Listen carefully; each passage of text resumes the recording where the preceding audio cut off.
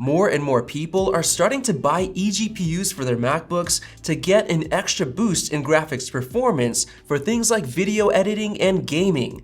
But the question we're going to answer in this video is, should you do it with the base $1,300 2020 MacBook Pro or the higher end $1,800 model? To be completely honest, before doing this video, we expected both of them to be basically the same since there isn't that big of a difference in processing power because they both have decent quad-core CPUs, but we were wrong. You'll see why in just a minute. Now, before we get into our performance tests, I want to remind you guys of a few different things. Buying an eGPU won't do anything for programming, photo editing, or Logic Pro 10 performance, since those tasks don't really use graphics power and are instead heavily dependent on processing power and RAM. And if you're interested in knowing the best ways to get the most out of your eGPU, like using dummy adapters instead of external displays, make sure to check out the video that we made last week on this topic by clicking the end screen button when this video is over. I also want to remind you guys of the eGPU setup that we recommend,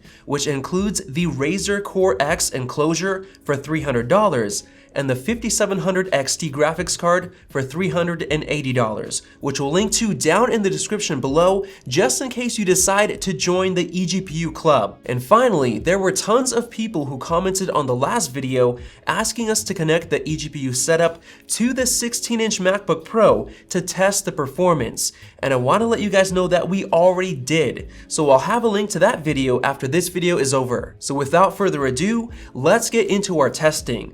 But before we get into the very unexpected results we got for video editing, I want to show you guys the difference in benchmarks and gaming. In the standard Geekbench 5 benchmark, we got basically the same score on both MacBook Pros, and that's because it's measuring the raw power of the graphics card. So that's very good news for the base model, since by itself, it scored less than 7,000 points. We then tested Unigine's Heaven Gaming benchmark, and we got basically the same results with both MacBooks. But since those are just benchmarks, let's get into real-world gaming performance. First, we started off with the relatively easy-to-run League of Legends within macOS, and both setups were able to get an average of around 140 FPS at 4K resolution with all of the settings maxed out. So this game was a cakewalk with no real difference between both of these. However, we then switched over to Fortnite, and this is where we started to see a difference. We played at 1080p resolution at high settings on both machines,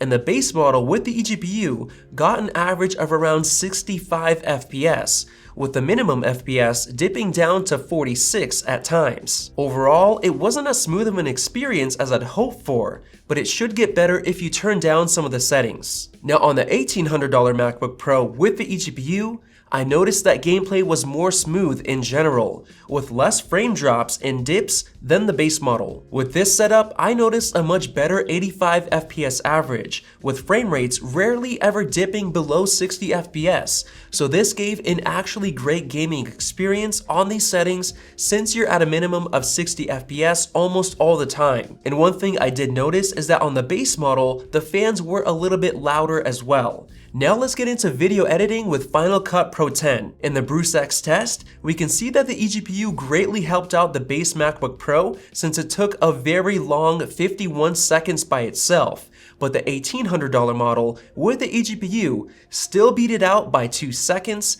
which isn't that much. However, in our 20-second 4K stabilization test, the eGPU was much slower with the base model than with the $1,800 model.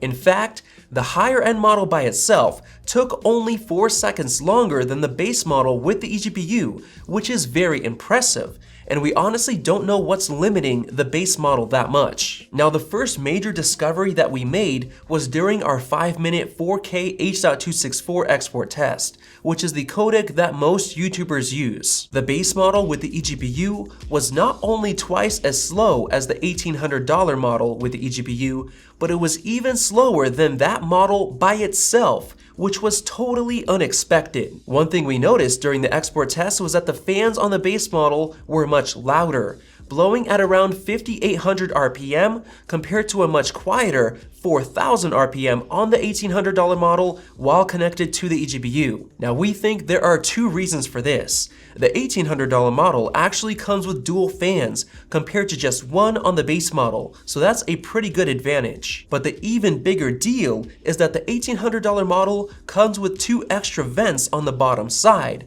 So when you use your MacBook in clamshell mode, like most people do while using an eGPU, the fans can easily draw cool air from those vents. Now, since the base model doesn't get those vents, it doesn't get cool air as efficiently, so the single fan has to work much harder to match the cooling performance of the $1,800 model's dual fans, and it ultimately runs louder. Now back to that unexpected result in the export test, there's a chance that the main limitation is actually the 8GB of base RAM on that base model, but unfortunately we can't confirm this right now because we don't have the base model with the 16GB RAM upgrade. Moving on to the 5-minute 4K HEVC export test, we again saw the same results, with the $1,800 model by itself being faster than the base model with the eGPU, which is just insane. We took a screenshot during this test to prove that we have the 5700 XT graphics card selected, and this screenshot also shows that for some weird reason,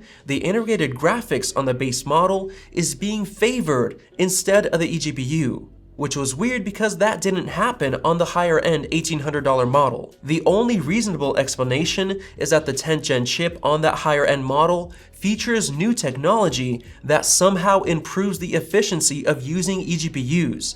Like for example, the PCH is now on package, which basically means it's integrated into the CPU. So maybe because of that, the eGPU can more quickly and easily communicate with the processor and therefore boost eGPU performance compared to the old 8th gen chip. Now for our final video editing test, exporting a C200 RAW 60 FPS clip, which is a much tougher codec to work with, the $1,800 Pro with the eGPU once again performed the best. So after running all of those tests, we figured out the best value options for each different use case. If you mainly want to get some better gaming performance, the base model with an eGPU should be fine for you, but the $1,800 model did perform quite a bit better for Fortnite. So if you can afford that setup, it's the best way to go since it'll perform better than the 16-inch MacBook Pro by itself. Now for 3D rendering or other apps that mainly only use graphics power,